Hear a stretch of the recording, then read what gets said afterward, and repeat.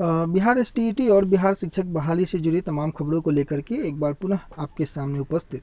और बिहार एसटीईटी हो या बिहार शिक्षक बहाली से जुड़े जो कुछ भी नोटिस हैं, खबरें हैं, अखबारों ने आज जो कुछ प्रकाशित किया है, उन सभी को वन बाय वन इस वीडियो में देखेंगे। उसके पहले बिहार एसटीईटी 2019 से संबंधित कुछ महत्वपूर्ण बातें जो आपसे करनी बेहद आवश्यक है, उसके बाद इन सभी खबरों की ओर चलेंगे।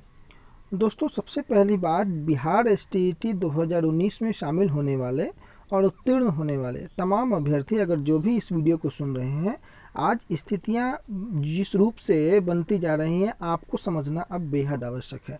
पिछले तकरीबन 4-5 दिन से मैंने लगातार प्रयास किया है कि एक सूत्र में बांधने का, लोगों को समझाने का, लेकिन अब आप देख रहे होंगे अपने आसपास के माहौल में नकारात्मकता के साथ साथ अब कोई अन्य प्रकार का जो माहौल है वो क्रिएट करने का प्रयास किया जा रहा है। आपके मानसिक स्थिति से और आपके सामाजिक और भावनात्मक रूप से खेलने का प्रयास सरकार ने तो किया ही, लेकिन अब एक अन्य प्रकार का दौर शुरू है जहां आपको आर्थिक रूप से भी कमज़ोर करने का प्रयास किया जा रहा है। मेरे पास कल कई लोगों ने कॉल किया और उन्होंने इस मैटर को बताया।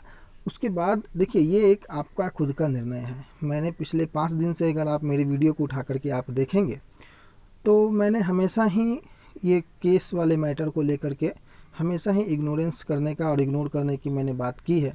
और जो लोग भी केस के चक्कर में या जो लोग भी केस करने की बातें करते हैं, उन्हें इस बात की श्योरिटी जो है वो पब्लिकली आकर के देनी चाहिए कि मैं इस काम को कर रहा हूँ, इसका साइड इफ़ेक्ट क्या हो सकता है और इसके साइड इफ़ेक्ट का जिम्मेवार कौन हो सकता है। आप मानते हैं कि अपने अधिकारों की लड़ाई हेतु न्यायालय का शरण में जाना चाहिए, लेकिन ऐसा कोई भी काम जिसका प्रभाव कुछ लोगों को छोड़ करके बृहत रूप से हो जाए और वो प्रभाव कहीं ना कहीं सबके लिए नुकसानदायक हो, इस काम से बचना चाहिए। और अगर ऐसी परिस्थितियां बनती हैं तो उसका जिम्मेवार कौन होगा, ये आप सब निर्धारित करें, ये आप सब तय करें। कई लोग का ये कहना है कि ये काम करें या नहीं करें, उनको मतलब किसी को सपोर्ट करें या नहीं करें। देखिए, ये आपका खुद का निर्णय है। आपको जहां इच्छा करता है, जिसे इच्छा करता है सपोर्ट करने की, वो आप सपोर्ट करें। आप जिस भी कैटेगरी से हैं, आप जिस भी कॉलम से हैं, आज आप क्वालिफाई हैं। और मैं सिर्फ क्वालिफाई की बात करूँगा, और जब तक बात करूँगा जब तक कि सारे क्वालिफाई को लेकर के सरकार की तरफ से कोई स्पष्ट दिशा निर्देश नहीं आ जाता है। यहाँ मेरिट नॉन मेरिट की इशू को लेकर के जिस प्रकार से जंग छिड़ा हुआ है और सरकार कुछ कर नहीं रही है, सरकार ने जो करना था वो कर दिया। अब करने वाले लोग हमारे बीच के ही हैं, हमारे साथी हैं, हमारे बंधु हैं, और वो लोग जो काम कर रहे हैं वो बेहद काबिल तारीफ़ है। करते रहें, उनका परिणाम आगे उन्हें देखने को मिल सकता है। साथ ही साथ तमाम अभ्यर्थी जो लोग भी परेशान होते हैं कि आगे क्या होगा, उन्हें मैं यह बता दूं कि आप किसी भी कैटेगरी में हैं, किसी भी लिस्ट में हैं, बस आप केवल एक ही बात पूछिएगा कि क्या किन्हीं के द्वारा किए गए कामों से नोटिफिकेशन पे प्रभाव आएगा या नहीं आएगा, और अगर आएगा तो उसका जिम्मेवार कौन होगा, ये आपको तय करना बेहद आवश्यक है। सोशल मीडिया प्लेटफॉर्म जो है एक बहुत अच्छा प्लेटफॉर्म है लोगों से कनेक्टिविटी करने का, लोगों तक जुड़ने का। लेकिन क्या सोशल मीडिया प्लेटफॉर्म का आज के समय में यूज हो रहा है या मिसयूज हो रहा है, ये आपको समझना है। अगर कोई किसी भी प्रकार से बहकावे में किसी के आता है, उसका जिम्मेवार तो वो स्वयं होगा। सभी लोग बीएड किए हुए अभ्यर्थी हैं, सभी जो हैं वो वयस्क हैं, और ऐसी स्थिति में अगर आपको अपने अच्छे बुरे का पता ना हो और आप कंफ्यूज रहें, तो इसमें कोई आपकी मदद नहीं कर सकता है। आप खुद स्वयं के निर्णय लेने के लिए सक्षम हैं, और अगर आप निर्णय ले रहे हैं तो आप सोच समझ करके लेते होंगे। उसमें किसी प्रकार से किसी को कोताही नहीं होनी चाहिए। रही बात न्यायालय की, तो न्यायालय जाने से किसी को कोई दोष नहीं है, लेकिन न्यायालय जाने से मामला कहीं ना कहीं लटकता है, भटकता है, अटकता है। और ऐसी परिस्थितियों से आप सोचें कि कल को अगर कोई फ़ायदा होता हुआ नहीं दिखे, उसके बदले नुकसान होता हुआ दिखे, तो उससे बेनिफिट किसको होगा। कई ऐसे लोग सक्रिय हो चुके हैं जिन्हें बिहार एसटीईटी क्वालिफाई लोगों से कोई वास्ता नहीं था, लेकिन आज के समय में वो भी सक्रिय हैं, और उनकी मंशा क्या हो सकती है वो आप समझ सकते हैं। तो ऐसी परिस्थितियों में खुद को बचाएं, आसपास के लोगों को समझाएं, जागरूक करें, और यह समझें कि आपके साथ कौन सा खेल रचने की जो साजिश है वो रची जा रही है। फ़िलहाल के लिए उम्मीद होगा कि आप लोग इन बातों से समझे होंगे कि मैं क्या कहना चाहता हूँ और क्या नहीं। आते हैं खबरों की ओर। कार्यालय जिला शिक्षा पदाधिकारी समस्तीपुर की ओर से जो नगर परिषद रोसड़ा का जो काउंसलिंग था, उसको प्रारंभिक शिक्षक नियोजन की जो काउंसलिंग की प्रक्रिया पूर्ण नहीं की जा सकती है, अपरिहार्य कारणों का यहाँ पर हवाला दिया गया। और जो 5/7/2021 यानी कि आज और कल की जो काउंसलिंग की तिथि निर्धारित थी, वो अगले आदेश तक जो है वो तत्काल जो है स्थगित कर दी जाती है। ये आपको जिला शिक्षा पदाधिकारी जो हैं समस्तीपुर के, उनके माध्यम से यह नोटिस कल ही निकल के आया था देर शाम रात होते होते। और यह समस्तीपुर के जो भी होंगे नगर परिषद रोसड़ा के 5 और 6 को जो काउंसलिंग होनी थी वो काउंसलिंग नहीं होगी, तो इतना आप लोग ध्यान रखेंगे। ये आदेश जिला शिक्षा पदाधिकारी समस्तीपुर की तरफ से आया है। इसके साथ ही साथ आज की अखबारों ने बहुत कुछ आज प्रकाशित किया है, जिसमें कि काउंसलिंग में जो लोग शिक्षा विभाग विस्तृत गाइडलाइन अंक पत्र प्रमाण पत्रों की मूल प्रति के साथ जो 2 अतिरिक्त जो स्व हस्ताक्षरित फोटोकॉपी लाना होगा, और काउंसलिंग में अभ्यर्थियों को फोटोयुक्त पहचान पत्र लाना होगा।